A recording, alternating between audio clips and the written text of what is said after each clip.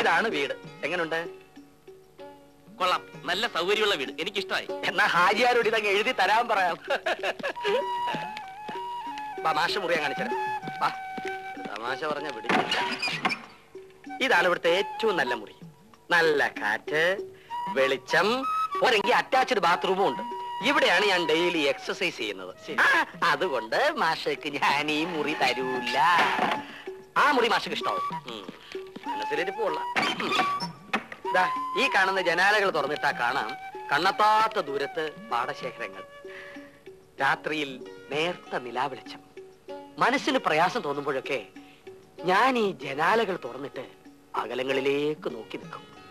ദുഃഖങ്ങളെല്ലാം ഓടി മറിയും. പിന്നെ പ്രകൃതിയും ഞാനും മാത്രമാകും.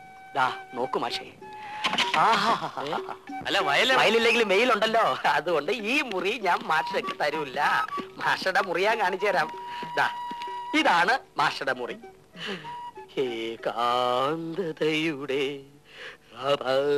മാഷേ, കൂടുതൽ വർണ്ണന വേണ്ട, ഞാൻ തന്നെ കയറി നോക്കിക്കോളൂ. അയ്യേ, ഇത് റൂമാണോ? മനുഷ്യനെങ്ങനെ ഇതിനകത്ത് ഉറങ്ങും? അതുകൊണ്ടല്ലേ മാഷക്ക് വന്ന്. അവിടെ മുഴുവൻ ചെലന്തി വിലയാണ്. അതെ. ലൈറ്റ് ഇല്ല, ഇല്ല, ഫാൻ ഇല്ല. ഓ അവിടെ കൈതാൻ ഫാൻ. ഹാജിയോട് പറ കിടക്കാൻ ഒരു AC ഫിറ്റ് തരാൻ. 300 ശമ്പളക്കാർ AC-യിലേ കിടന്ന് ഉറങ്ങും. ഇയാൾ ആരാ? ഹൈദരാബാദ് നൈസാമോ?